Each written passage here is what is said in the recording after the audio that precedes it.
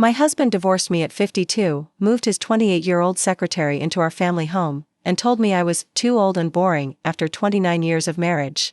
He handed me divorce papers, married his mistress, and moved her into the house I helped pay for. They thought I'd just disappear quietly into the background, that I'd fade away like some forgotten footnote in their love story. But they forgot one crucial thing: the house was never just his, and I still had my name on the deed. Before I begin, I just want to say thank you for taking the time to listen to my story. If you're comfortable, let me know in the comments where you're listening from and what time it is where you are. Trust me, by the end of this story, you'll understand why patience and paperwork can be the most devastating weapons of all. I was 52 years old when Robert told me he wanted a divorce. We were sitting at the same granite kitchen island where I used to pack his lunches, balance our checkbook, and help our daughter Emma with her college applications. He couldn't even look me in the eye, just stared at the steam rising from his coffee and said, "Margaret, I think we've outgrown each other." Outgrown? Like I was some old sweater he didn't want to wear anymore. We'd been married 29 years. I gave up my marketing director position when Emma was born because Robert's travel schedule was unpredictable and someone had to be home. I ran our household, managed our finances, coordinated our social calendar. I took care of his diabetic father for 3 years without a single complaint. I didn't ask for the world, just a little respect, a little loyalty. Instead, I got divorce papers on a Thursday and complete silence by Friday. By the end of that month, Robert moved out. Said he needed space to figure things out. I found out later he didn't move into some bachelor pad or extended stay hotel. He moved directly in with her. Jessica, the 28-year-old paralegal from his law firm. The same woman he'd introduced to me at our anniversary party just 6 months earlier as someone new from the office. She was 3 years younger than our own daughter. Robert didn't even have the decency to keep it quiet. Within weeks, they were posting vacation photos from Cabo, smiling on beaches, drinking champagne in first-class lounges. Meanwhile, I was sitting alone in our 4,000-square-foot house, eating microwave dinners and staring at walls where our family portraits used to hang. Emma tried to stay neutral, poor thing. She was 25, grown but still caught in the middle. "I don't want to take sides," she told me during one of our awkward coffee meetings. "You don't have to," I said gently. "I already know where everyone stands." That's when I got the letter. It came on a Tuesday morning, slipped under my apartment door. Yes, I'd moved into a small rental by then, couldn't stand staying in that house anymore. The envelope was pale pink with little roses printed on the border, like some baby shower invitation. It read, "Dear Margaret, please schedule an appropriate time to collect the remainder of your personal belongings. Robert and I are settling into our new life together and would prefer to start this fresh chapter without any unnecessary interruptions. Weekday afternoons work best for us. Thank you for your understanding. Jessica Thompson Williams." Jessica Thompson Williams. She'd taken MY name, moved into MY house, and had the unbelievable audacity to call me an interruption. I sat at my tiny rental apartment's kitchen table and stared at that letter for what felt like hours. My tea had gone cold, but I hadn't even noticed. My hands weren't trembling from sadness anymore, they were shaking from pure, concentrated rage. That house was mine. We'd bought it together, yes, but I was the one who found it, the one who negotiated with the seller, the one who put down the $40,000 down payment after working double shifts at the marketing firm. My name was still on the mortgage. Robert had never refinanced, said it was too much paperwork and hassle. Well, that hassle was about to become his biggest problem. I picked up my phone and called my oldest friend, Sarah Chen. She'd been a real estate attorney for 23 years and knew me better than anyone. When I explained the situation, she got very quiet. Then she said something that changed everything. "Margaret, do you still have your name on the property deed?" "Yes," I said. "He never changed it. And he never bought you out of your half of the equity?" "No." Sarah's voice became very slow, very deliberate. "Margaret, you realize you still legally own 50% of that house?" I blinked. "What does that mean exactly?" "It means you don't have to ask for anything. You can file what's called a partition action. You can force them to either buy you out at current market value, or you can force a court-ordered sale of the entire property." My heart started racing. "And if they can't afford to buy me out? Then they'll have to leave." I stared out my apartment window at the small herb garden I was trying to grow on the balcony. The rosemary was finally taking root. "Do it," I said. Robert called me 2 days later, all puffed up indignation and fake concern. "Margaret, what the hell do you think you're doing? Did you really hire a lawyer?" "Yes." "Why? What's the point of making this harder than it has to be?" "You already made it hard, Robert. I'm just returning the favor." He tried to guilt me, like he always did. Told me I was being bitter, that I needed to move on, that Jessica felt uncomfortable with me lurking around their new life. I didn't raise my voice. I never raised my voice.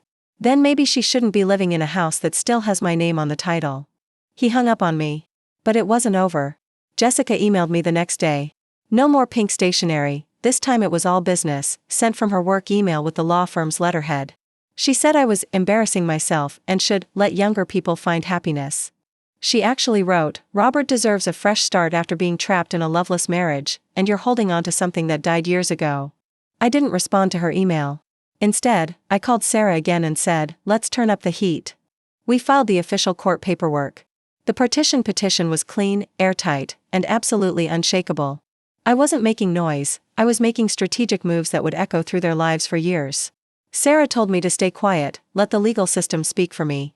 But when I drove past the house that used to be mine and saw Jessica's white Tesla parked in my driveway, I had to take a deep breath to keep from doing something I'd regret. I wasn't there to cause a scene. I was there to collect some personal items, just like her precious pink letter had suggested. Except I didn't knock. I used my key, the one Robert had forgotten I still had because he'd never bothered to change the locks.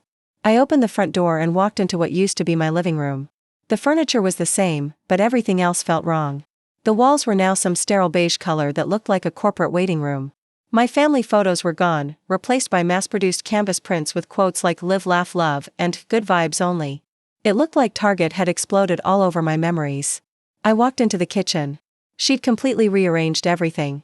My spice rack was gone.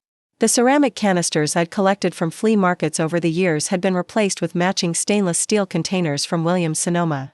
I could feel something burning in my chest, not sadness, but fury building like a fire. That's when Jessica came down the stairs, wearing one of Robert's old college t-shirts like some kind of trophy. She stopped cold when she saw me. "What are you doing here?" "I came to collect my things," I said, holding up the email she'd sent me. "Just like you suggested." "You're supposed to call first," she snapped. "We have boundaries now. Rules." I walked past her, calm and deliberate. "Well, sweetheart, as long as my name is still on this house, I'll come and go as I please." Her face turned red. "Robert will hear about this." "Good," I said. He should have been the one to greet me. I packed quietly, just a few boxes of books, some jewelry from my grandmother, a photo album Jessica had apparently missed. I didn't need to take much. I'd already decided I would never live in that house again. Not because I couldn't, but because I wouldn't give them the satisfaction of thinking they'd pushed me out. Jessica followed me around like a shadow, arms crossed, rolling her eyes. Under her breath, she whispered, "Pathetic." I stopped cold. "Excuse me?" She straightened up like she was ready for a fight. "You couldn't hold on to your husband, so now you're playing these petty legal games. You're jealous because he chose someone better." I didn't raise my voice. I didn't even blink. I just said, "Better doesn't last, honey. And I'm not playing games, I'm just claiming what's legally mine." Then I left. That night, Sarah called to tell me the paperwork had gone through. The court had accepted the partition action. Robert and Jessica were being officially served the next morning. "Do you want to be there when they get served?" she asked. "No," I said. "Let the system handle it." Robert called me 4 times the next day. I didn't answer. He left one voicemail, "Margaret, what are you doing? This is insane. You're forcing us to sell the house after everything I've sacrificed for you." I actually laughed out loud. Everything he'd sacrificed for me? I was the one who gave up promotions, stayed through his father's illness, cooked every meal, managed every household crisis. He tried calling again the next day, so I ignored him. On the 3rd day, I picked up. "Margaret, we need to talk." "So talk. Why are you doing this to us?" "You mean forcing a sale of a house I still legally own? You know we can't afford to buy you out right now.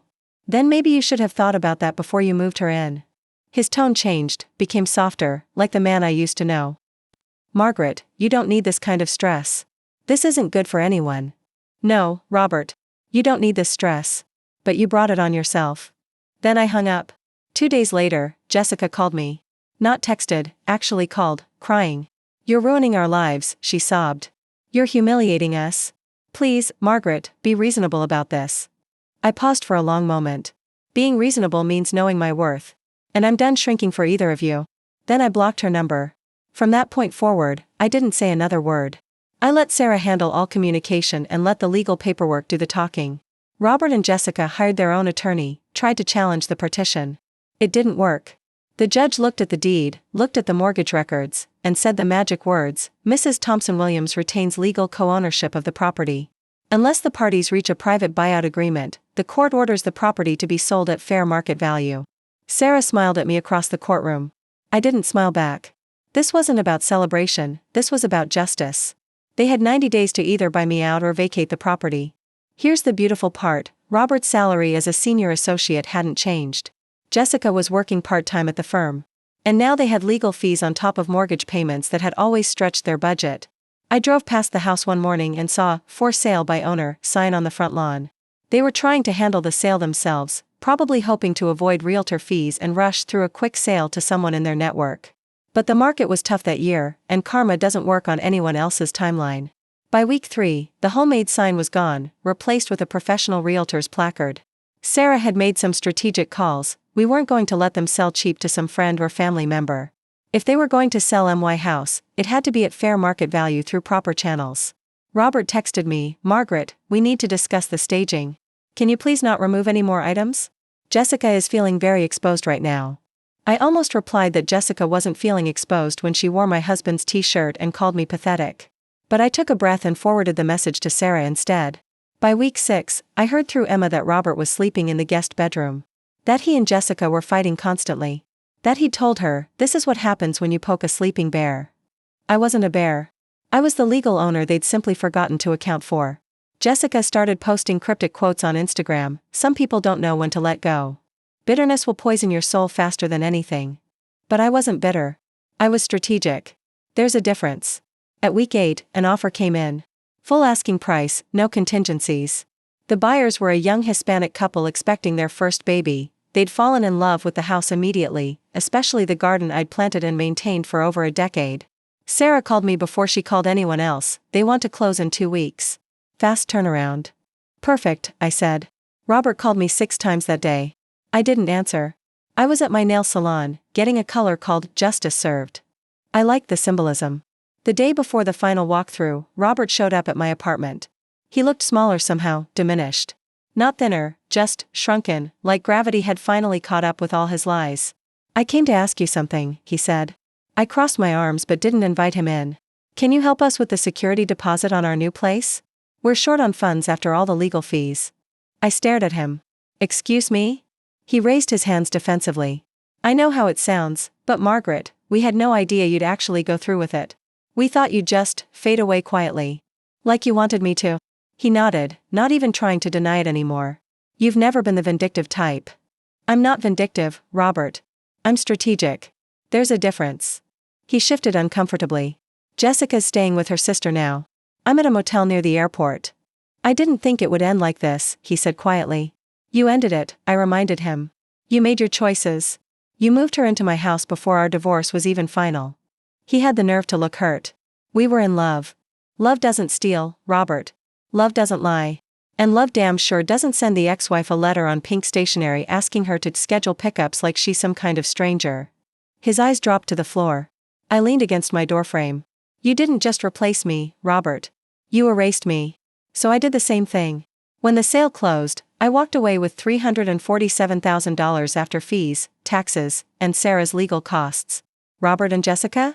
Last I heard, they were renting a cramped 2-bedroom apartment in a complex near the highway. Jessica went back to work full-time at a different firm. Apparently the drama had made things awkward at Robert's office. Robert tells people his ex-wife got vindictive during the divorce proceedings. But I wasn't vindictive. I was just a woman who remembered her legal rights. A week after the sale closed, the new family invited me over to see what they'd done with the place. They'd painted the nursery a soft yellow, turned my old office into a reading nook, and expanded the vegetable garden I'd started years ago. "It finally feels like a real home," the wife told me, rubbing her pregnant belly. That made me smile for the first time in months. That house deserved love again.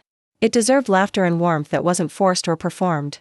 I took that money and did what every woman who's been underestimated should do. I invested in myself. Bought a beautiful 2-bedroom condo overlooking the lake, enrolled in some art classes I'd always wanted to take, and donated $25,000 to a women's legal aid fund. No dramatic announcement, no social media posts about my glow up. I just quietly built a life that belonged entirely to me. Sometimes I get messages from old acquaintances asking how I'm doing, usually women going through similar situations who want advice. I always tell them the same thing: document everything, know your rights, and never assume the quiet person has nothing left to lose. 6 months later, I got one last email from Robert. Subject line: I'm sorry. I didn't even open it. Just deleted it immediately. Because sometimes, silence is the final answer, the kind that closes doors permanently. My name is Margaret Thompson Williams. I was divorced, discarded, and dismissed. And then I reminded them, legally and financially, exactly who they were dealing with. They thought I was the type of woman who would just disappear quietly into the background. They were wrong. I'm the type of woman who disappears after she's cashed out. If this story resonated with you, let me know in the comments what you would have done in my situation. And don't forget to subscribe, because I have plenty more stories about people who discovered that karma has excellent timing and even better lawyers. Remember, never underestimate the quiet ones. We're not weak, we're just waiting for the right moment to remind you exactly who you're dealing with. Some battles aren't won with screaming. They're won with signatures.